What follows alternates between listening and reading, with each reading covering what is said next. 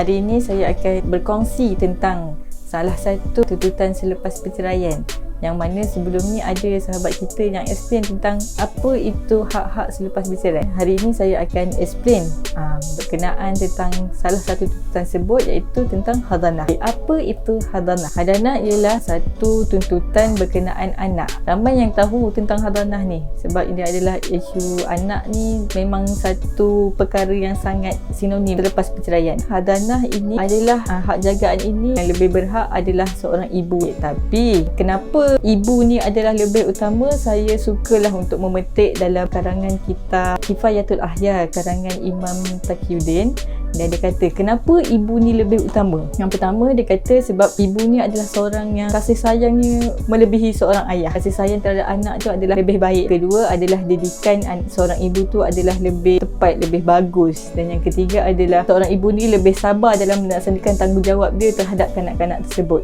Dan yang keempat, ibu lebih banyak bersama dengan anak-anak tersebut. Ini adalah pandangan Imam Taqiyuddin dalam kitab Kifayatul Ahya, yang mana kita tengok pada hari ini memang secara generalnya memang itu yang berlaku dalam masyarakat kita. Seorang ibu lebih menjaga anak-anaknya berbanding seorang ayah, dengan alasan ayah sibuk mencari nafkah dan itu adalah tugas seorang ibu untuk mendidik anak. Inilah sebab yang kita nampak ibu adalah lebih utamalah dari sudut hukum syarak dan juga perundangan yang telah ditetapkan. Anak-anak ini akan berada di bawah tanggungan ibu, jagaan ibu, sampailah umur 7 tahun untuk anak lelaki dan 9 tahun untuk anak perempuan.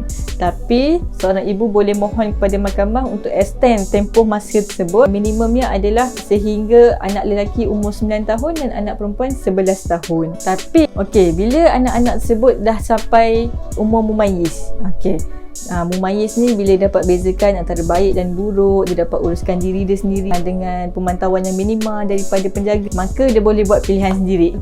Dalam faktor pemilihan ibu bapa untuk kanak-kanak yang sudah mumayyiz ni, ada satu kisah berkenaan dengan Saidina Umar. Saidina Umar dia menceraikan isteri dia, dan waktu lepas bercerai tu dia pergi ke rumah isterinya dan isteri dia sedang meriba anak tersebut. Sedang riba, lepas tu dia nak ambil anak tu, dia tarik anak tu sampai anak tu menangis. Kedua-dua mereka bertemu dengan Saidina Abu Bakar, bertanya pendapat macam mana dengan situasi perebutan anak ni sebut.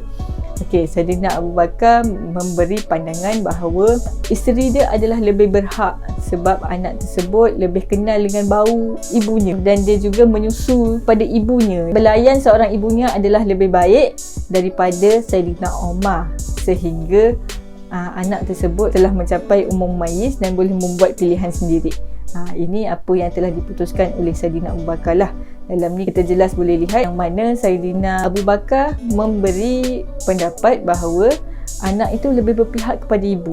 Tapi bila anak tu telah mencapai umur mumayyiz, dia boleh pilih sama ada nak ikut ibu ataupun bapa. Kalau kat sini kita tengok pertukaran undang-undang yang telah dibuat adalah selaras dengan hukum syarak. Apa yang telah dibuat adalah kita lihat juga maslahah pihak-pihak dan mana ibu diberi keutamaan, dan anak tu apabila telah mencapai umur mumayyiz juga boleh diberikan pilihan untuk ikut sama ada ibu ataupun ayah.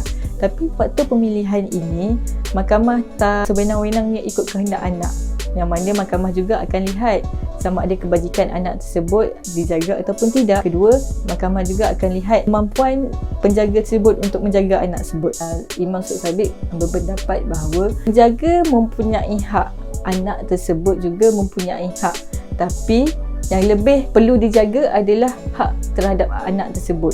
Jadi dalam pertimbangan kedua-dua belah pihak ini, mahkamah akan lihatlah mana faktor yang lebih menjaga maslahah terhadap anak tersebut. Jadi untuk banyak lagi isu tentang hadanah yang akan saya sampaikan, tapi kita akan sambung kepada next episode. Kalau siapa ada soalan berkenaan hadanah, boleh komen di bawah.